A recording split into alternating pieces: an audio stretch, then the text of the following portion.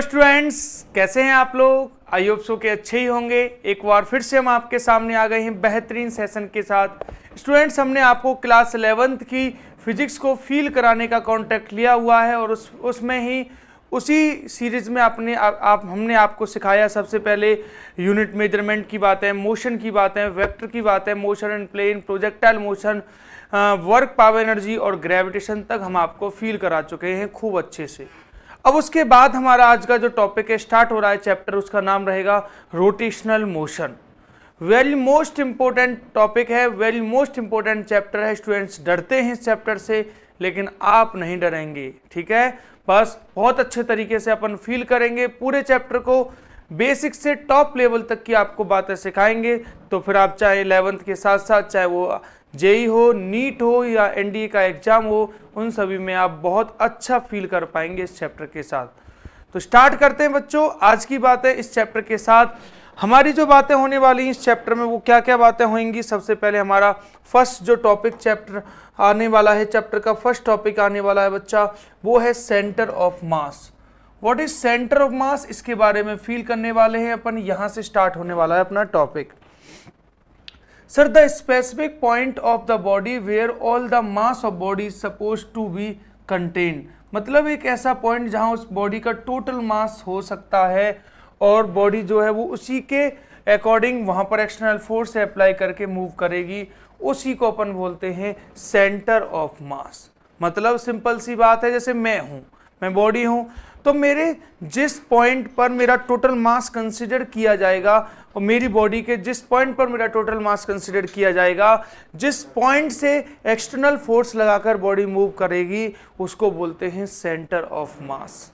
क्या बात मेरी क्लियर हो रही है। आप ऐसे फील कीजिए, जैसे मान लो आप इस बात को ऐसे भी समझ सकते हैं, जैसे आपने किसी बॉडी को ऐसे थ्रो किया तो सेंटर ऑफ मास उसका यहाँ है, फिर आपने ऐसे गई बॉडी, सेंटर ऑफ मास उसका यहाँ है, फिर बॉडी आपकी ऐसे गई तो सेंटर ऑफ मास उसका यहाँ है।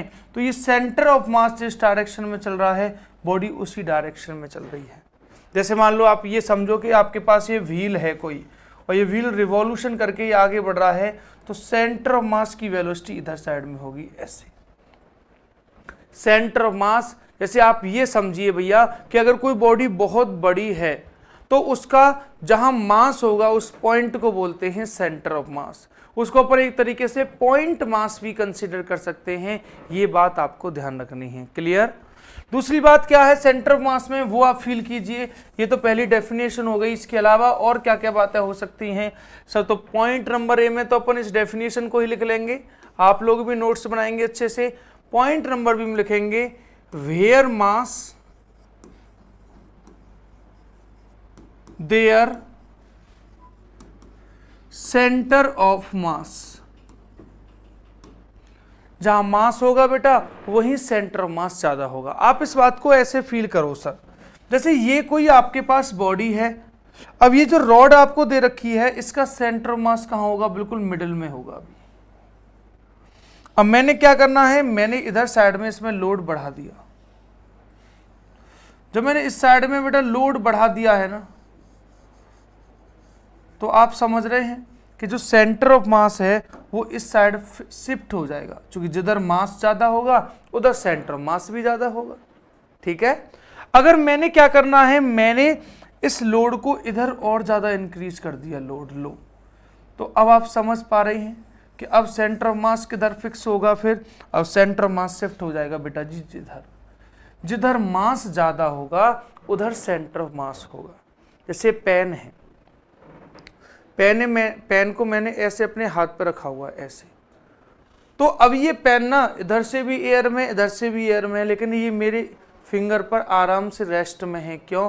क्योंकि इस पेन का जो सेंटर ऑफ मास है ना वो यहाँ है, यहाँ, और वो जो मैंने जहाँ से पकड़ रखा है इसको, वो इसको बैलेंस करा के रख रहा है, क्योंकि और किसी जगह फोर्स लग ही नहीं सकता, वहीं लगेगा सेंटर ऑफ मास पर, और वो इसको बैलेंस कर रहा है। अब ये पेन नीचे क्यों नहीं गिर रहा है बेटा, क्योंकि ये जो पार्ट है ना इसका मास यहाँ है ही नहीं, इसका मास यहाँ पर है, दैट्स वाई ये नीचे नहीं गिर रहा है। क्या बात क्लियर हो रही है आपको? क्या सबको ये वाली बात क्लियर हो गई है? किसी को इसमें आई होप सो कि कोई प्रॉब्लम नहीं होगी, सबको समझ में आ गया होगा सेंटर मास की प्रॉब्लम्स। क्लियर है बात बेटा। अब अगर हम आपसे बात करें फॉर एग्जाम्पल, जैसे ये सन है और ये अर्थ है, तो सन और अर्थ में किसका मास ज्यादा है भैया? सन का मास ज्यादा है, तो सेंटर ऑफ मास किसके पास होएगा? सन के पास होएगा। कितनी सिंपल सी बात है बेटा, जिधर मास उधर सेंटर ऑफ मास, सिंपल सी बात, फिनिश यहां पर सेंटर ऑफ मास की बात। ओके, अब इसके बाद हम आगे बढ़ते हैं आपको लेकर। पहली बात आपने कवर की, क्लियर की, उसके बाद अपन आगे बढ़ते हैं। नेक्स्ट टॉपिक आता है अपना बेटा centre of gravity. Sir centre of gravity क्या है? सेंटर ऑफ ग्रेविटी और सेंटर मास एक होते हैं या अलग होते हैं? तो बेटा दो अलग अलग कंडीशंस में अलग अलग बात है। सेंटर ऑफ ग्रेविटी का सेंस है बेटा जी कि आपका जो एंटायर वेट है बॉडी का, वो जिस पॉइंट पर कंसीडर किया जाएगा उस पॉइंट को क्या बोलेंगे बच्चा? Centre of gravity. जैसे अगर एथलीट है, वो खड़ा है, ये तो खड़ा है तो उसका सेंटर ऑफ ग्रेविटी यहां होगा, लेकिन जब वो ऐसे रनिंग कर रहा है ना, तो सेंटर ऑफ ग्रेविटी उसका बाहर की तरफ आ जाएगा यहां पर। क्या बात क्लियर हो रही है बेटा? तो सेंटर ऑफ ग्रेविटी मीन्स वो पॉइंट आपकी बॉडी पर जहां से अर्थ आप पर ग्रेविटेशनल फोर्स अप्लाई कर रही है, वो सेंटर ऑफ ग्रेविटी है। जैसे मान लो आप ऐसे हैं, ये हैं आप, तो अर्थ यहां से लेकर और यहां फोर्स लगा रही है, तो ये वाला पॉइंट क्या होगा? सेंटर ऑफ ग्रेविटी होगा। बेटा नॉर्मली जो स्मॉल बॉडी होती हैं उनके लिए सेंटर ऑफ मास और सेंटर ऑफ ग्रेविटी एक ही होता है, लेकिन जो ऑब्जेक्ट ऐसे होते हैं जिनकी लेंथ बहुत ज्यादा होती है, तो उनके लिए सेंटर ऑफ ग्रेविटी नीचे रहता है और सेंटर ऑफ मास बीच में ही रहता है। क्यों? क्योंकि हाइट पर जाने पर स्मॉल जी की वैल्यू जो है बेटा वो डिक्रीज होती है, कम होती है, दैट्स वाई। क्लियर? तो दूसरा वाला कॉन्सेप्ट हो गया बेटा centre of gravity.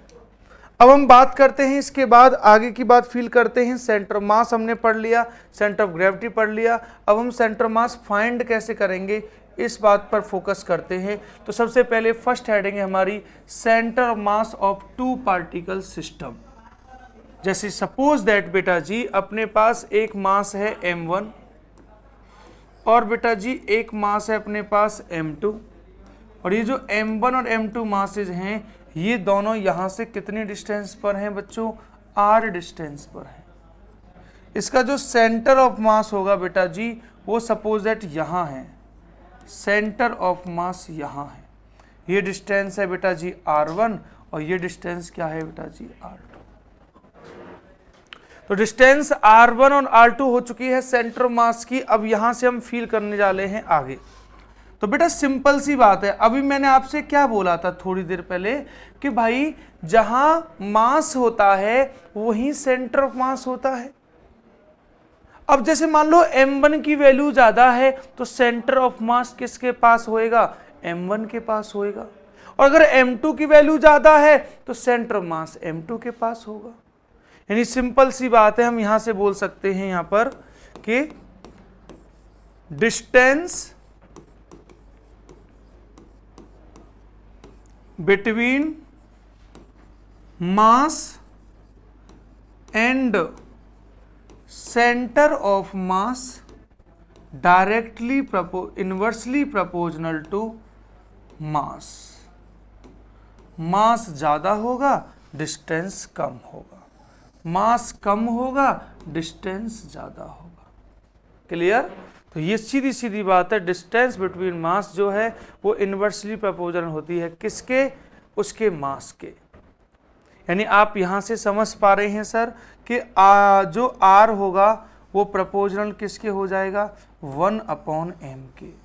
It means that r1/r2 is equal to m2/m1। बस इतनी सी बात है। अगर हम यहीं से बात बनाएंगे तो बेटा r1 की वैल्यू क्या हो जाएगी? m2/m1 plus m2 into r, और बेटा r2 की वैल्यू क्या हो जाएगी?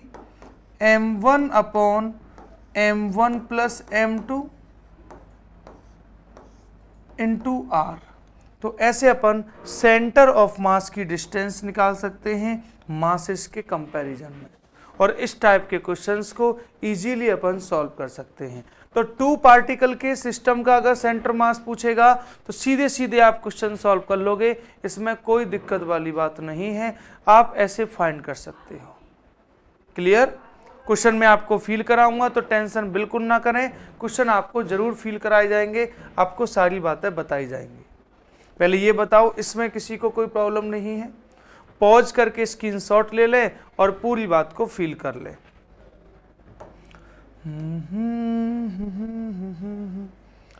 अब फिर आता है centre of mass of n particle system, मतलब ऐसा सिस्टम जिसमें एन पार्टिकल्स हैं, मतलब एक से ज़्यादा मासेज हैं, 2 से ज़्यादा मासेज हैं, उनके लिए फाइंड करना है। तो आप इसमें ऐसे समझो कि consider masses m1 m2 mn are at x1 y1 x2 y2 इस तरीके से रखे हैं। तो बोलो आपसे 2 बातें होंगी। सबसे पहली बात बेटा, x कोऑर्डिनेट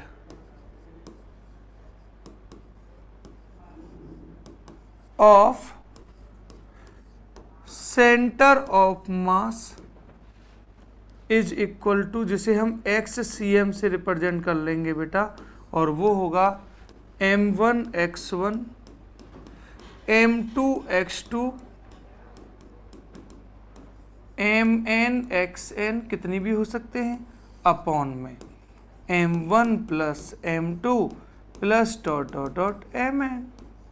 भाई mn मास है अपने पास, सभी को हमने बना लिया। ऐसे बेटा अपन इसका फिर y कोऑर्डिनेट भी निकाल सकते हैं, y coordinate of centre of मास, जिसको अपन बेटा YCM बोलेंगे। वो क्या हो जाएगा बेटा, m1 y1 plus m2 y2 plus dot dot dot dot ऐसे ही, और अपॉन में भी m1 plus m2 plus dot dot dot जितने भी हो सबको लिख लेंगे अपन। क्या बात क्लियर हुई? ऐसे अगर z कंपोनेंट पूछेगा तो अपन z कंपोनेंट भी फाइंड कर सकते हैं। सर फिर उसके बाद सेंटर मास के कोऑर्डिनेट कैसे हो जाएंगे? सीधी सीधी बात बेटा, फिर हमसे बोलेगा कोई कि बताओ sir coordinate of centre of मास, तो फिर आप क्या बोलोगे बेटा जी? आप बोलोगे XCM YCM, ये सब।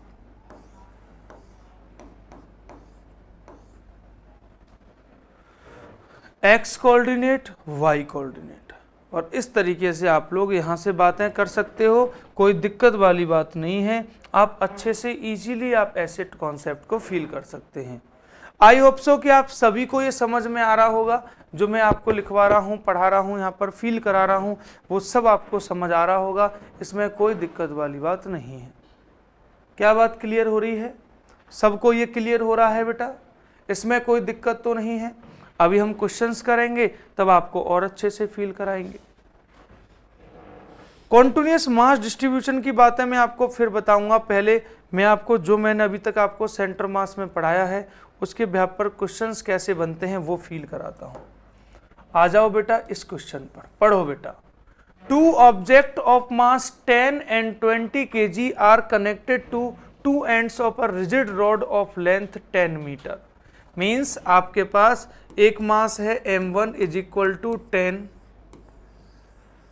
और एक मास है बेटा जी आपके पास m2 इज इक्वल टू 20, और ये दोनों जो मासेज है वो किसी रॉड से ऐसे कनेक्ट हो रखे हैं। अब ये जो रॉड की टोटल लेंथ जो है बेटा, यहां से यहां तक जो टोटल लेंथ दे रखी है इसकी, वो दे रखी है r is equal to 10 metre.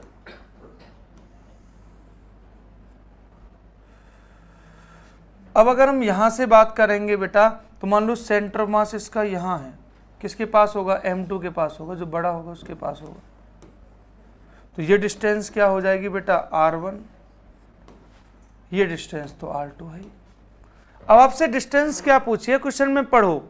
The distance of the centre of mass of the system from 10 kg mass, means आपको क्या फाइंड करना है सर, r1 फाइंड करना है सर। तो बोलो r1 फाइंड करना है तो कैसे करेंगे अपन, r1 इज इक्वल टू हो जाएगा, देखो r और m उल्टे हैं ना, इस फीलिंग को ध्यान रखो। कौन आएगा यहां पर, m2 upon m1 plus m2, और साथ में कौन हो जाएगा बेटा, डिस्टेंस r।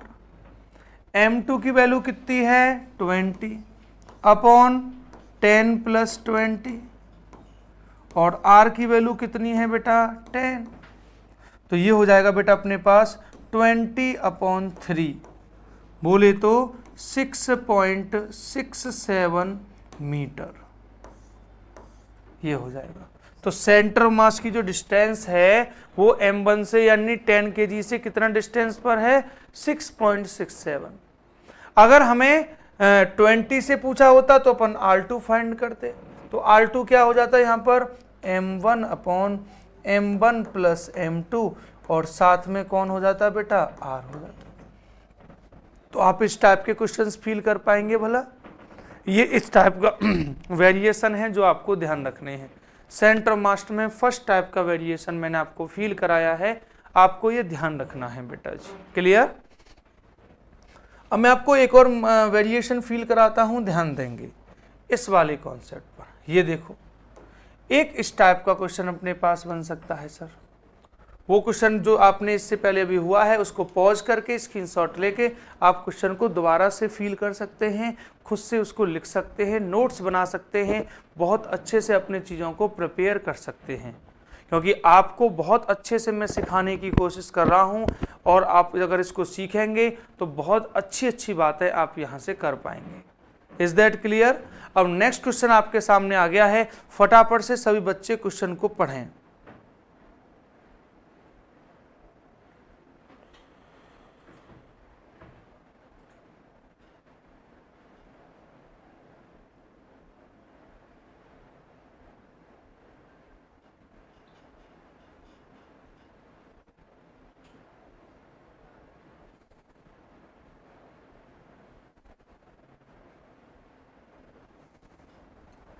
हाँ बेटा, अब इस क्वेश्चन को पढ़ते हैं। 3 masses are placed on the X axis.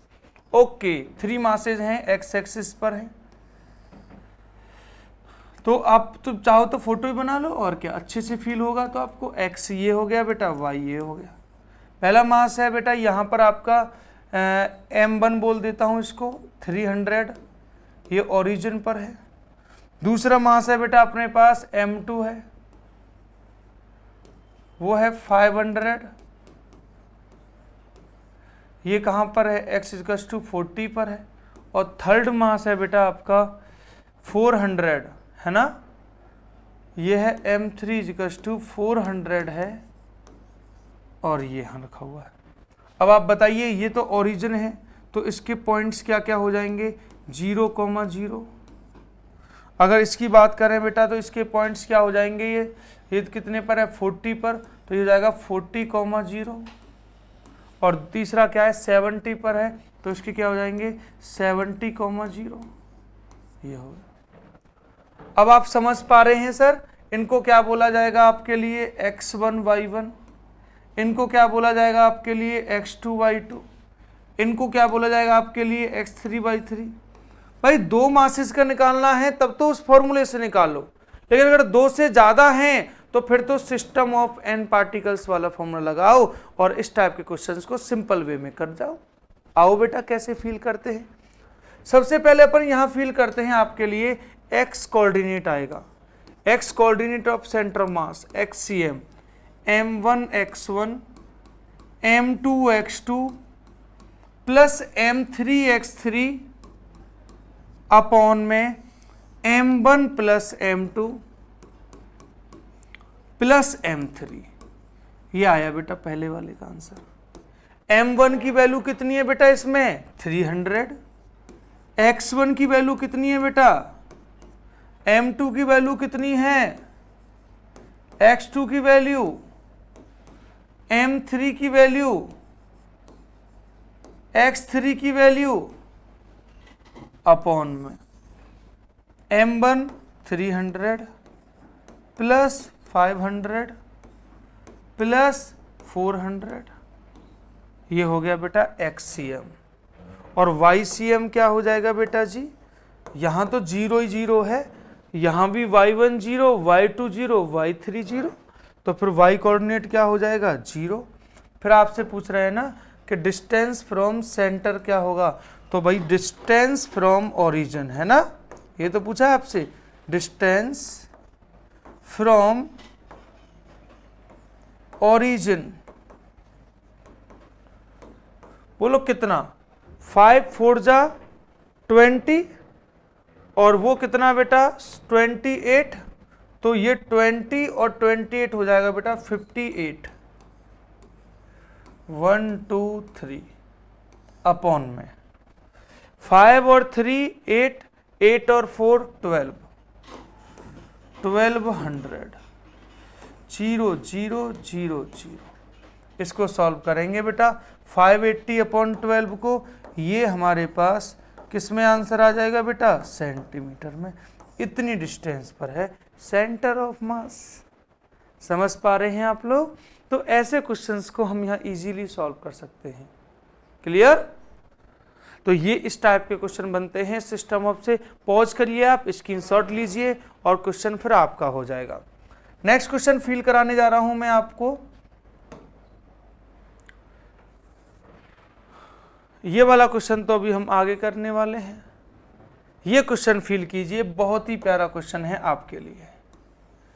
Question में बोला है two particles which are initially at rest move towards each other under the action of their internal attraction.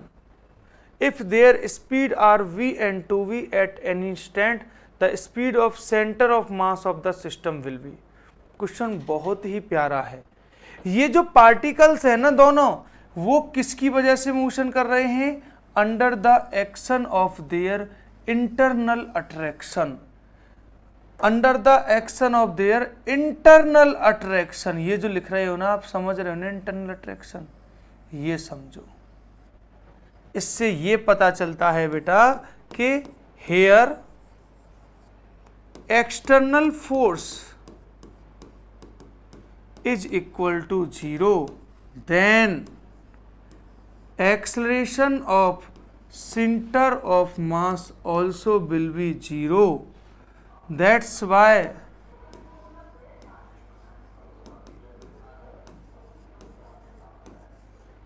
velocity of center of mass also will be 0। खत्म। इतना सा question है। External force 0 है तो acceleration जो है सेंटर मास का वो भी 0 होगा, तो वेलोसिटी जो होगी सेंटर मास की वो भी 0 हो जाएगी।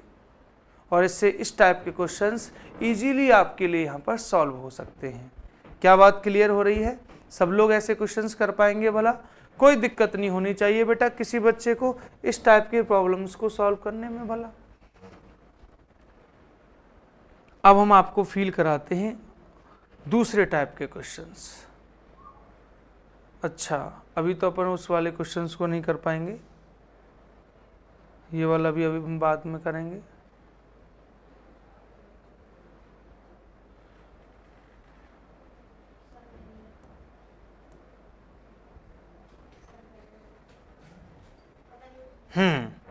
चलो हम यहाँ फील करा देते हैं ना आपको, नो प्रॉब्लम। यहाँ देखो बेटा, जैसे क्वेश्चन अपने पास आया कि एक ट्रायंगल अपन को गिवन है और ट्रायंगल में आपको दे रखा है, यहाँ मास दे रखा है m1 इज इक्वल टू कितना 2 kg, ये मास दे रखा है m2 इज इक्वल टू कितना 3 kg, ये m3 इज इक्वल टू दे रखा है बेटा 5 kg। ये अपने पास इक्विलेटरल ट्रायंगल है कोई, इसके वर्टेक्स पर रखा हुआ है ये, और क्वेश्चन आपसे कह रहा है कि फाइंड कोऑर्डिनेट ऑफ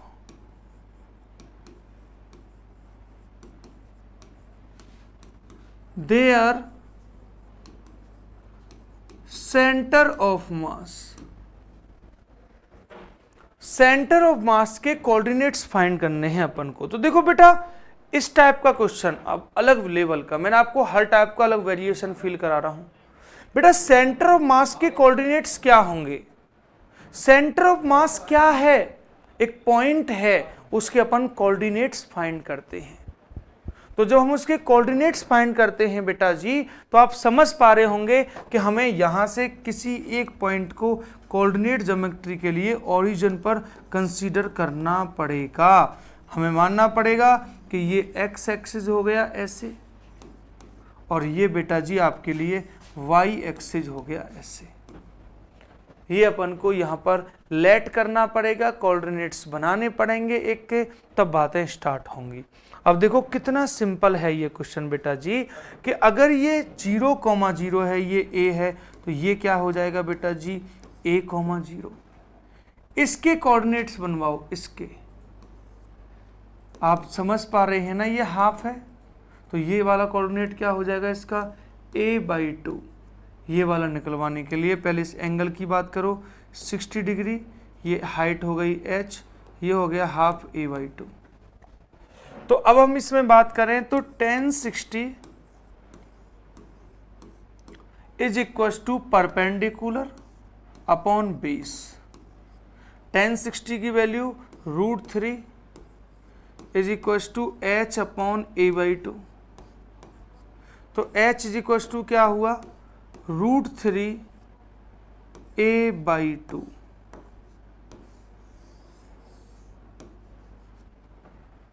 हाँ बेटा जी, तो यहाँ क्या आएगा, यहाँ पर यहाँ आएगा √3 a/2। आप समझ पा रहे हैं। इसके बाद इसको अपन बोलेंगे x1/1, इसको बोलेंगे x2/2, और इसको अपन बोलेंगे बेटा x3/3। ये है कॉन्सेप्ट। और इसके बाद क्या करना है बेटा जी, इसके बाद x कोऑर्डिनेट क्या हो जाएगा बेटा, सेंटर ऑफ मास का m1 x1, m2 x2, m3 x3 upon m1 plus m2 plus m3। अब तो हमने ऐसे क्वेश्चन आपको करा दिया। ऐसे आपको y कोऑर्डिनेट निकालना है, और फिर जब xcm और ycm आ जाएगा तो फिर कोऑर्डिनेट्स क्या हो जाएंगे सेंटर ऑफ मास के, xcm, ycm। यही आपका आंसर हो जाएगा फिर बेटा। क्या बात क्लियर हुई बेटा? तो इस टाइप के क्वेश्चंस आप इजीली सॉल्व कर सकते हैं। आई होप सो कि आप इन बातों को भी कर पाएंगे।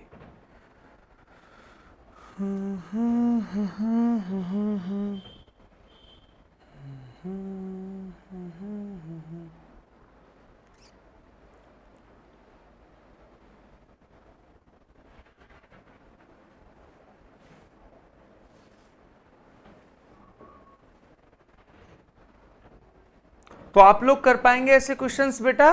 तो सेंटर मास किसी सिस्टम का अगर हम फाइंड करना हो तो या तो कोऑर्डिनेट्स फॉर्म में होगा या ओनली 2 मासेज होंगे। तो फिर हमने वो बताया m1 r1 m2 r2 को इक्वल करके हम वहां से कैलकुलेट कर सकते हैं इस टाइप के क्वेश्चंस को। ठीक है बेटा।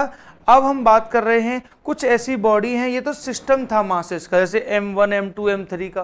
कुछ ऐसी बॉडीज होती हैं जो यूनिवर्स फिक्स वॉल्यूम बॉडी होती हैं, तो उनके सेंटर मास हम डायरेक्ट याद कर लेते हैं। उनके बारे में बात करते हैं, किस किस का अपन को ध्यान रखना है।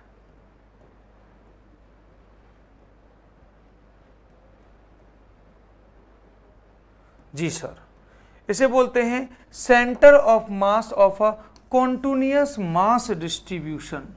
मास डिस्ट्रीब्यूशन का सेंटर ऑफ मास फाइंड करना होगा।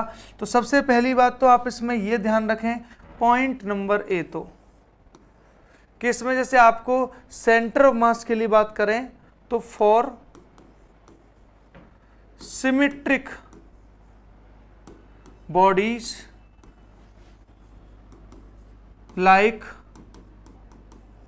As sphere, ring,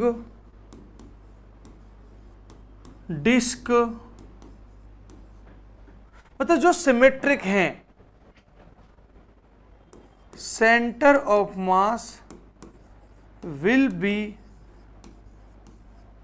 eight their centre. कहां होगा सेंटर मास बेटा? उनके सेंटर पे ही होगा, जहां उनका सेंटर है वहीं उनका सेंटर ऑफ मास होगा इन सब के लिए। तो क्लियर? जो सिंपल सी बात है। जैसे मान लो अपने पास कौन कौन है ऐसे, जैसे अपने पास ये रिंग है, सेंटर मास यहीं होगा।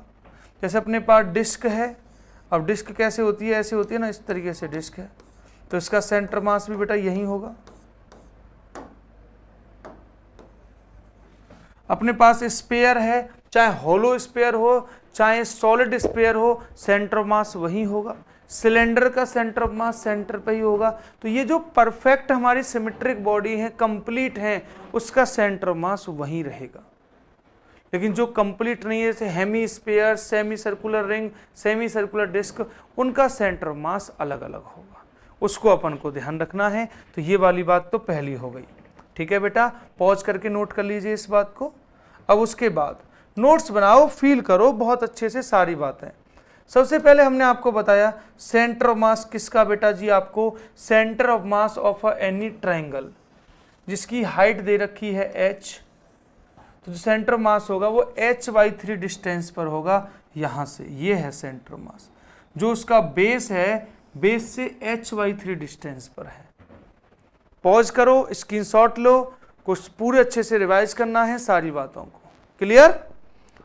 आगे बात करते हैं सेंटर मास। ये तो ट्रायंगल का हो गया sir. Centre mass of semicircular disc, कोई सेमी सर्कुलर डिस्क है, उसका सेंटर मास बेटा उसके बेस से कहां है? यहां है। बोला है at distance 4r/3π from its base. Pause करो, स्क्रीनशॉट लो और फटाफट से इसको नोट करें, नोट्स रेडी करें, याद रखें। बहुत ही इंपॉर्टेंट बात है, डायरेक्ट क्वेश्चंस आपसे पूछे जाएंगे, आप लोग कर पाएंगे सर। इसके बाद अपने पास है centre mass of half ring. जो रिंग होती है उसका सेंटर मास निकालना है, तो उसका भी सेंटर मास बेटा यहीं पर है, ये रहा। तो सेंटर मास सीधे सीधे बेस से कितना है? 2r/3π, 2r/π। देखो बेटा, ध्यान रखने की टेक्निक है इसमें कि जो डिस्क है, डिस्क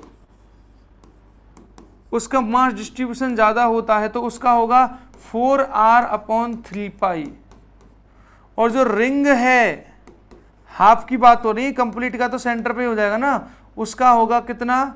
उसका हो जाएगा 2r/π। ये ध्यान रखना है आपको।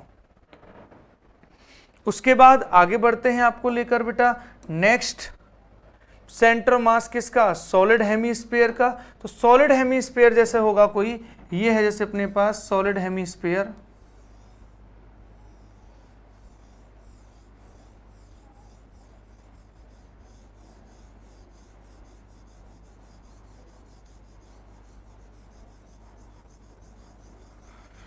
तो सेंटर मास कहां होगा बेटा? सेंटर मास इसका जो उसका सेंटर होता है ना, उससे यहां होगा। यहां ये डिस्टेंस है x, और x की वैल्यू होगी बेटा 3r/8।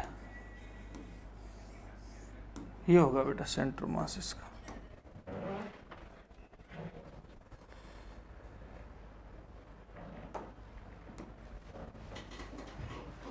सेंटर मास एक सॉलिड कोन का क्या होगा? सॉलिड कोन का।